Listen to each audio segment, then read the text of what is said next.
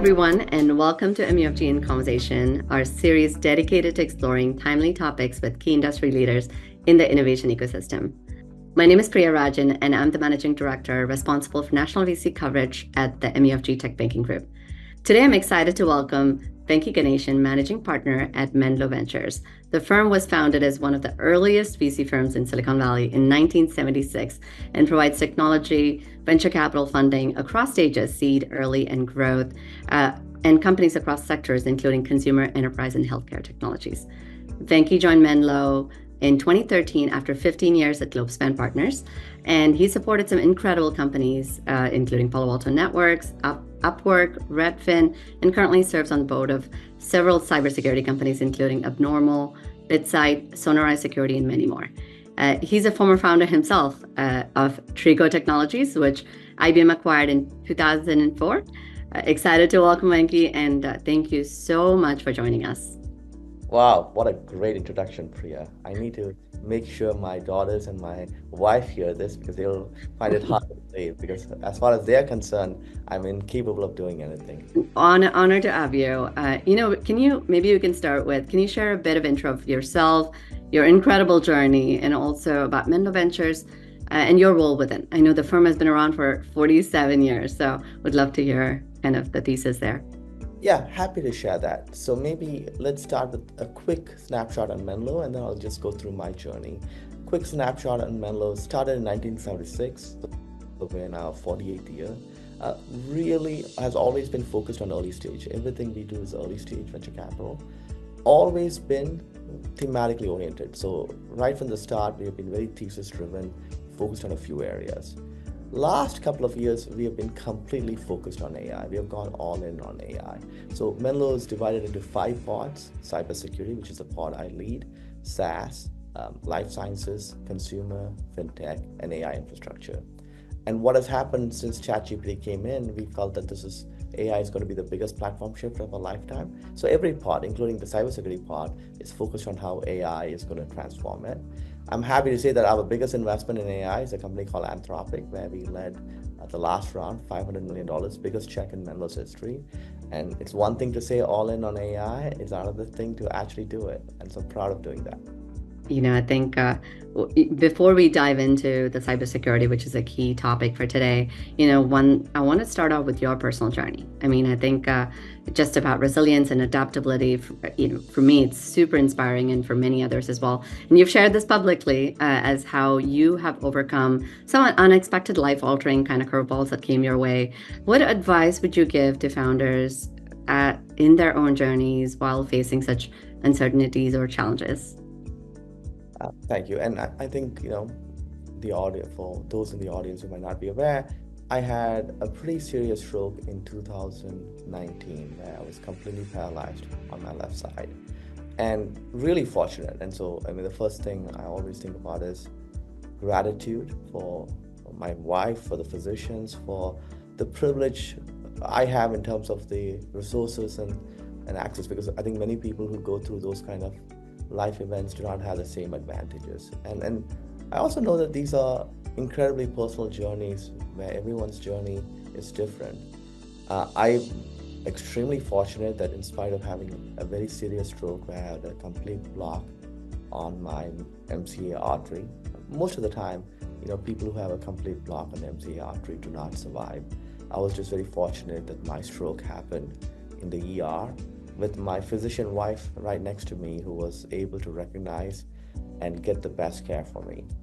And so what I'd just say is that recognize the incredible luck I have in my life and gratitude for the people around. But the reality is, tough things and bad things happen to good people. And I'm no different. Like I'm any other. I'm one of 8 billion people on this planet, and things happen. And I have always had this attitude prior to my stroke, and so I think that really helped me, which is that one of the things I just realized that nothing in life you can take for granted, and everything is a struggle. And one of the things that really helped me navigate my own journey with my stroke is that my entire life, I've said, I've been lucky in many ways. I had a great family, very loving, but I also was an immigrant who came here when I was 16. And I remember distinctly, I read an article about being about venture capitalists in Time magazine. It was about a guy named Arthur Rock. And I went to the guidance counselor in my college and said, hey, I hear this venture capital thing. How do I become a venture capitalist? And she just looked at me, and she's a great, I really like her. And very honestly, she said, look, I don't think that's a realistic goal. That's not, people like you don't end up being venture capitalists. You have to go to Harvard or Stanford, which I didn't go to. And you don't, it's not realistic. How about a different goal? And I know what she was trying to do. She was trying to make sure that I had reasonable expectations. And that happens everywhere. These are well-meaning people. But my approach has always been like, okay, maybe I don't look like what people think, but I've never assumed just because of that it's not a possibility. So I just look at all of those things as challenges. And so when my stroke happened, I think initially people were like, well, it's going to be very difficult for you to get functionality on your left side or to walk. And I'm like, okay, well, that might be the stats, but as Han Solo says in Star Wars, I'm a big believer, never tell me the odds. I'm just going to go and try. And look, the worst thing that can happen is you try, things don't work out. If anything, I would say I'm very comfortable with failure. I've failed a lot in my life. And I just look at failure as another reason to learn and grow. I think Edison says, I've never failed. I've just tried a million things, and then eventually I get it. And that's the approach I took to everything. And that's the approach I took to my stroke recovery. And I think that's a lot about what entrepreneurship is, because there are going to be plenty of people when you start on any journey that tell you this is not possible, it can't be done. And I think the key thing is to listen, because there might be some insight they have, but just not assume, because they don't know you, they don't know who you are, and you just have to go and do that journey. So I think the paradox of life is, how do you listen to feedback, but don't take it literally, but take it as an opportunity to learn. And so I went to all these specialists who told me, here are the challenges. I'm like, great, let me hear it, and then tell me what I can do. And I always say, let's focus on the things we can control, because in life you can't control what happens to you, but you can control how you react to what happens to you. And my approach has always been, just focus on what you can react. Of course, I'm going to share this with my kids, the video here. I really appreciate kind of your candid thoughts on it. There's a bit of an optimism right there in terms of where the market is heading. So would love to hear in terms of anticipated deal activity that's happening, ongoing focus on AI, and also potential resurgence of IPO markets that's been talked about. What are your thoughts on how 2025 is going to perform? I completely agree with you. I see a huge momentum and emotional shift, and unfortunately, right, markets are driven by people's emotions. When people are optimistic, markets do well, people invest capital. And again, regardless of where you were on the political spectrum and whether your person won the election or not, and I'm not, clearly I know in my house there were some tears on November 5th, but the reality is the new administration, whether you like the administration or not, is going to be anti-regulation. It's going to essentially have a change in the FTC. Why is that important? M&A markets have really come to a standstill the last few years because the FTC has made it very hard for large companies to acquire. And I think it's well-intentioned, but the reality is it makes it very hard if you don't have M&A markets as an option. So I think both the M&A market and the IPO market are going to be robust in 2025. I got to tell you, the Wednesday after the election, the bankers were calling. There's been more conversations in the last 4 weeks in our portfolio than the last 2 years in terms of M&A. And I do think that many companies in Silicon Valley are rushing in line to go public. So I think 2025 and 26 are going to be very strong years for the industry. Absolutely. We need it at this moment. On the topic of cybersecurity, which is the key theme for today, and it's been a core focus of yours at Menlo. The projected growth in cybersecurity spending is expected to be 212 billion by 2025. What specific areas in cybersecurity do you see as the most promising investment opportunity, and any recent investments or current portfolio that you could highlight that are solving for such challenges or opportunities? Great. So one of the reason why I think cybersecurity is one of the most recession-proof areas to invest in is that as long as people digitize things, there are bad people in the world who want to break it. So everything you digitize essentially becomes a target area for the people who want to break it. And all the innovation we see, the push to the cloud, push to mobile, push to AI, essentially all involve digitizing information and then doing something with it, which means that you're increasing the target area for hackers. And so to me, cybersecurity is like insurance, right? It's like in the entire history of mankind, as long as people have had stuff, there have been people, bad people who want to take the stuff away from you. So you need to protect it. That's just a maxim of life. And so on that basis, I think cybersecurity has been a great area. We at Menlo have spent a lot of time thinking about it. I have two incredible partners in Rama Shekhar and Fiza Haskaraman, who are part of our cybersecurity team. Together, we have published a bunch of thought pieces, right? And the thought pieces have been one is what we call our cybersecurity checklist manifesto. If you ever have a chance, please go and check that. We actually lay out what we think are the essential traits for successful cybersecurity companies. Second is we call it two thought pieces: security for AI, because the AI is such a big push. When people start applying AI to their business processes, what is the security you need to have?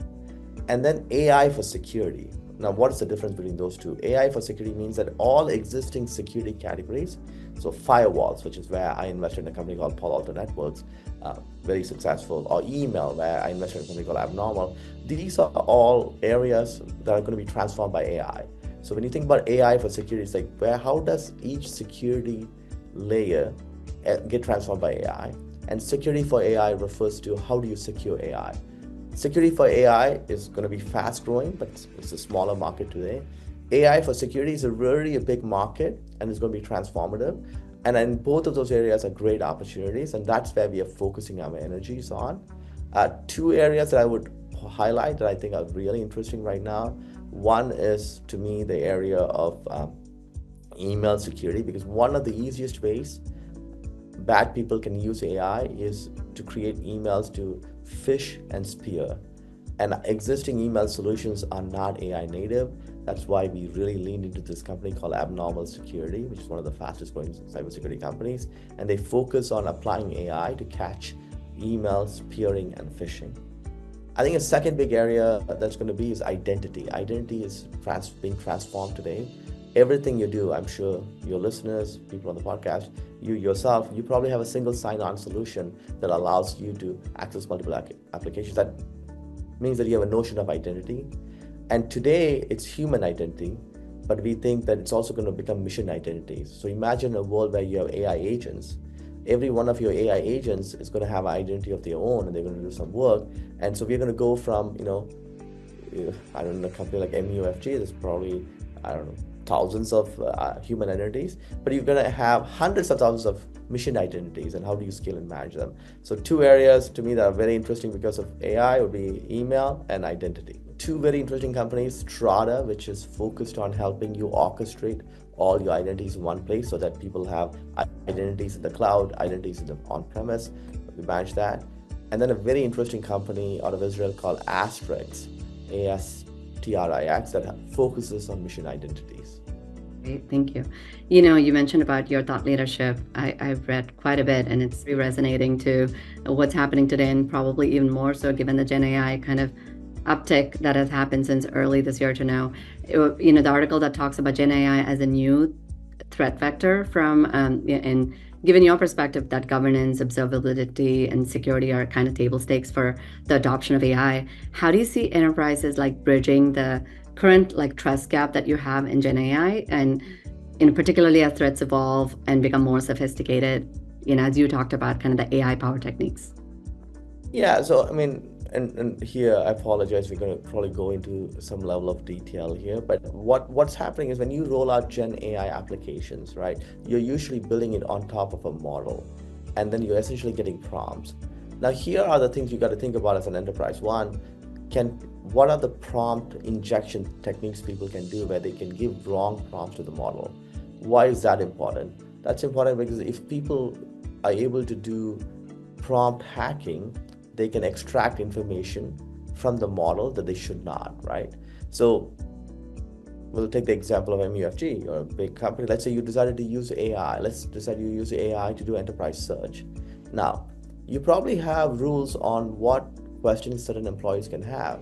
Maybe Venki can, ask certain questions, but only Priya can ask more important questions. And how do you make sure that Venki is not able to ask questions he should not ask? And then secondly, how do you make sure that the information that you give into the model is not leaked? So the MUFG's confidential information is not leaked. So these are the things that I think you will need to solve before AI can really go into the enterprise. And this is very important to solve, because if you don't capture that governance and security piece, I do not think enterprises will be able to get the ROI. And especially in regulated entities like banks or healthcare, where it's very important to keep PII safe, you'll need to think through that. Very important. I mean, I think you're right on, because I think we've had internally a lot of conversation with our CISO and CIO, and absolutely, this is a high topic of conversation that's happening at banks such as ours, and it's happening globally. When we talk about the continuing regulatory framework and changes, and of course, election would have an impact in the near future as well, and changing the disclosure requirements. How does that impact? That's one side of the regulatory framework that's happening. And the other side is kind of that interest and engagement within portfolio companies and new companies forming. How does it all fit within like valuation expectations of the companies, and also like the funding opportunities that the startups have? And is there any difference at like early stage to a growth? Where are you seeing that landscape kind of evolve? A couple of things I've learned, just only because when you've been doing this business for 25 years, eventually you do learn a few things. One thing is that every time you see this platform shift, you sort of see this Gartner hype curve phenomenon, right? You go and climb to the peak of inflated expectations, then you get down to the trough of disappointment before you get to the plateau of productivity. And the reality is, with AI, we are still climbing to the peak of inflated expectations.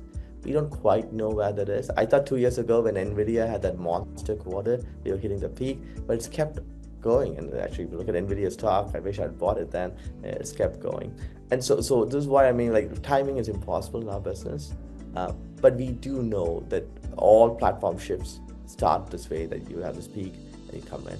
The other thing we know is when you have these big platform shifts, we overestimate how quickly things will change in the short run.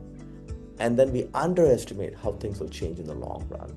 And that's why I think we have really committed our firm to be all in on AI, because we know long term it's going to be transformative.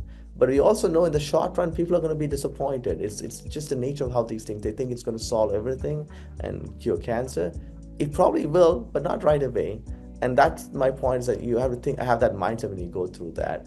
And it's sometimes hard for people who are sort of early in their journey or experiencing this for the first time. I remember experiencing the internet in '96, and so I always say it's not like we know we are smarter. It's just we have made all these mistakes before, and we try to learn and make new mistakes, not repeat old ones. It's a pattern recognition at this moment. And how does that M&A activity tie, especially in the cybersecurity sector? We're seeing a lot of high value transactions, and again, deal volume has picked up. What are you seeing around M&A activity? So what's really interesting for cybersecurity in particular is that cybersecurity is a sector in which the multiples have stayed, and a lot of SaaS multiples have compressed from 2021, but cybersecurity multiples continue to stay strong. And the reason is that there are two kinds of buyers in cybersecurity. There are strategic buyers, which are usually companies, so a Palo Alto, a Zscaler, a Checkpoint, a CrowdStrike. And then there are private equity buyers. And what has happened is the private equity buyers are the floor and the strategic buyers are the ceiling. We have not had a lot of activity from the strategic buyers because of the FTC, but I think that's going to change.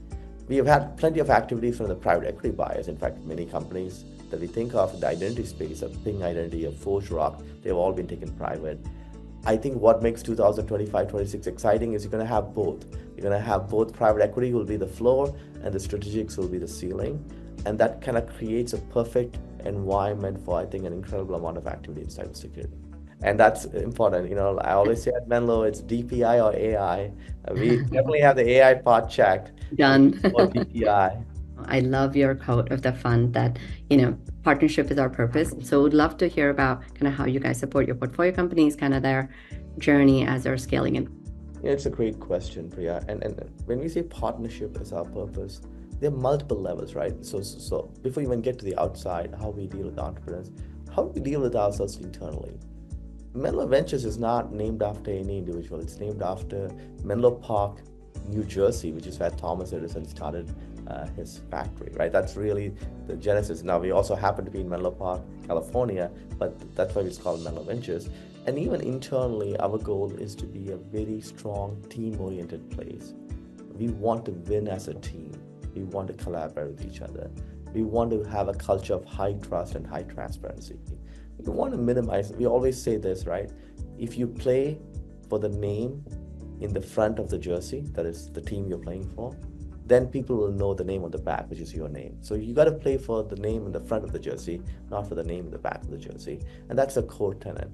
And because we have that internal values, that then translates into how do we work with entrepreneurs. We are proud of the fact that when we work with entrepreneurs, we understand that it's the entrepreneur's company. We are there as an invited guest. We're going to bring some capital and hopefully some expertise. But most importantly, we're going to bring a sense of partnership. And the partnership means we're going to be good friends, but also tell you the truth when things are not going well. We cannot make progress unless we have honest conversations.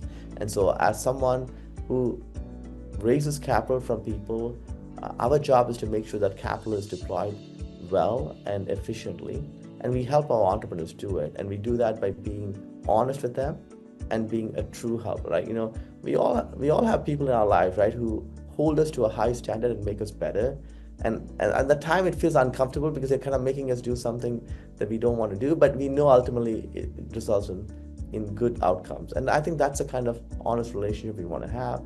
And we do that by having a bunch of resources. And so our BD resources is Human, our human capital resources with Jordan, our marketing resources with Tiffany. We bring all of that together as a team to help our company. Does that support cut across different stages as well? Yeah, so we pretty much only invest between what I would call like seed to Series B. So we do labs, which is where we incubate companies, and then our venture fund does seed, Series A, and then our inflection fund does Series B. So almost all our companies are between 0 to 10 million. Yeah. I think there are lots of great partners on the great firms at the growth stage, and we don't try to invest in the growth stage. And just as closing thoughts, what advice, with your kind of experience across like from the founder hat, investor hat, and with a cybersecurity lens, closing thoughts in terms of what would you give to founders listening today who are building or looking to build like a best in class kind of cybersecurity innovation? So first I'll say this is one of the most exciting times. I think we all are lucky to live at a time when we are seeing these kind of platform technologies that are truly transformative. I used to think when I was an associate during the internet era, this is never going to happen again. But the reality is AI is bigger than all of the previous platform shifts combined. And so you're very lucky to live in this area.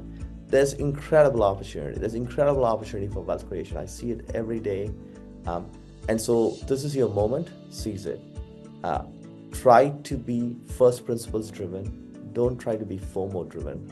FOMO is where, you're like fear of missing out, you're chasing.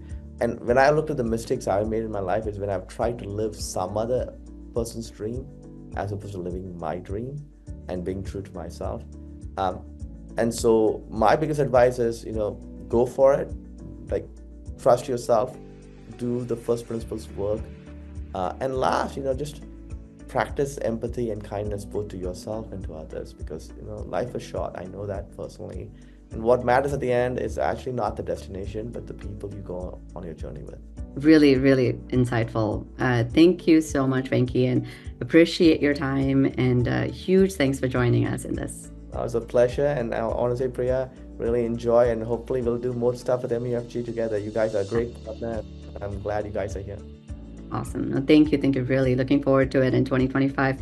And thank you all for joining us for our MUFG in Conversation, and looking forward to seeing you all soon. Thank you.